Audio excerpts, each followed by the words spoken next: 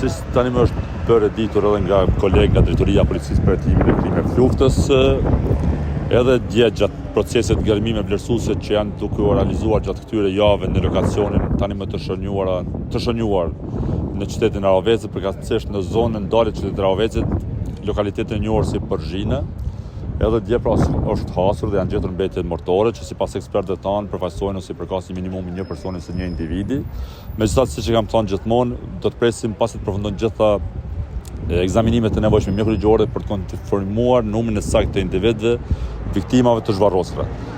Ne këtë lokacion do të vazhdojmë të jemi të angazhuar edhe gjatë ndihem, me që siç kemi prezantuar është një hapësirë tani më e shënjuar, cila po trajtohet në vazhdimsi këto 27 vite, në kuptimin që qysh vitet e para pas luftës, muajt e parë pas luftës nga ekipet mjekërigjore gjermane, pastaj dikon në vitin 2002 dhe 2007 nga ekipet mjekërigjore dhe ndërkombëtare kuadër të misionit të Ormikut, dhe së fundmi sigurisht ne si Komision Qytetar bashkë me kolegët e Institutit Mjekësigjor dhe kolegët e Drejtorisë Policisë për hetimin e krimeve të luftës, jemi rikthyer në këtë lokacion me që në bazë të gjitha danave që kemi siguruar, të shqyrtuar ose të analizuar në mënyrë të hollësishme, kemi konkluduar që në këtë zonë, këtë lokacion, vazhdojnë të jenë ose mund të jenë mbetje mortore ose kufomat të 8 viktimave të luftës, ose të paktën 5 nga cilët vazhdojnë të jenë listën e personave zhdukur. Siç jeni ndjeni, ne në lokacionin jemi rikthyer në muajin dhjetor të vitit 2025, gjatë gërmimeve të realizuara në atë kohë, pra gjatë dhjetorit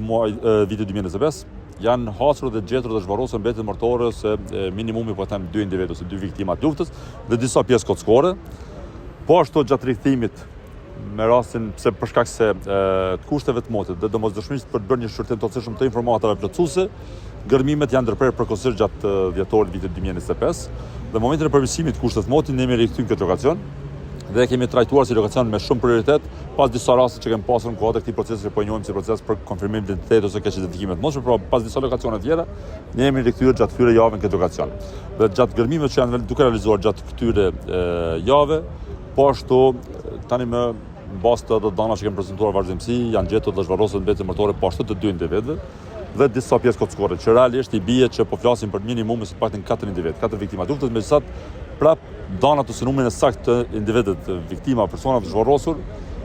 dhe identitetin e tyre do ta përcaktojmë ose prezantojmë vetëm pasi të përfundojnë gjitha ekzaminimet, kuptimin dhe identifikimin përmes analizës shkencore të ADN-s. Për kontekst, a na tregon në sa lokacione është mu aktualisht edhe ku planifikohet gjatë të vitit, edhe marr parasysh që mund të është më i mirë. Lokacioni me shumë prioritet që po e trajtojmë siç kemi prezantuar qysh në fund vitit kaluar është lokacioni në fjalë për lokacionin e Arovecë. Përfshirë dikon pak në 3 lokacione tjera të cilat i kemi trajtuar se adresuar në kuadër të procesit që prapë po e quajmë si proces në adresim të konfirmimit të identitetit ose rastet të adresimit të keq identifikimeve të mundshme. Bashkë me kolegët e Drejtorisë Policisë për hetimin e krimeve të luftës, po dhe kolegët nga Instituti Mjekësigjor, me mbështetjen e partnerëve ndërkombëtar, në veçantë këtë rast po e them Komitetin Ndërkombëtar të Kuq, me danat nga arkiva ndërkombëtare, ne kemi edhe një sër lokacionesh që numri mund të jetë deri në 10 lokacione, të cilat do të jenë pjesë agjendës për javët në vijim. Megjithatë, prapë po flas vetëm për dana kushtimisht po të minimale, me që në vazhdimsi si institucione, si Komision Qytetar, bashkë edhe me kolegët e policisë, po dhe kolegët nga Instituti Mjekësigjor, po bëjmë përpjekje të adresojmë ose të sfidojmë po them këtë sfidë me cilën po përballen, që është mungesa e informacioneve të besueshme, që rrjedhimisht i bie çdo informatë që e pranojmë, në mënyrë veçantë në këtë rast nga partnerët ndërkombëtar, e trajtojmë dhe adresojmë me shumë prioritet. Megjithatë shqetësuese, sfiduese, siç kemi thënë më parë, mbesin lokacionin në territorin e Serbisë dhe jo vetëm kuptimin e mungesës së datave për të vazhduar gërmimet në lokacione tani më të shënjuara, apo për të filluar lokacionet ose gërmimet në lokacionet ende të painiciuara, po edhe në kuptimin e mungesës së ndarjes së informatave që do të vinin nga institucionet ose nga arkivat e institucioneve legjale. Megjithatë, edhe gjatë vitit 2026, ashtu si vitet paraprake, vitet paraprake, Republika Kosovës, Komisioni Qytetar i Republikës Kosovës do të vazhdojë mbetet shembull në me gjë për trajtimin dhe adresimin e çdo informati që mund të kontribuojë në cilin do rast të personave. Vitin e kaluar për çan kemi pas 32 lokacione, ndërsa gjatë këtyre 27 viteve kemi pasur më shumë se 2700 lokacione në territorin e Republikës Kosovës, që i bie padoshta asnjë procesi me interpretuar të tema statistike, i bie çdo 4 km2 në territorin e Republikës Kosovës ne kemi pasur lokacione që kanë trajtuar kuptimin e adresimit ose vlerësimit ose gërmimeve vlerësuese. Pra rrjedhimisht gjatë vitit 2026 vitet vjen, ne do të mbesim shembull edhe me gjë për adresimin e trajtimit çdo informati që mund të kontribuojë në cilin do zgjidhen cilin do rast personale.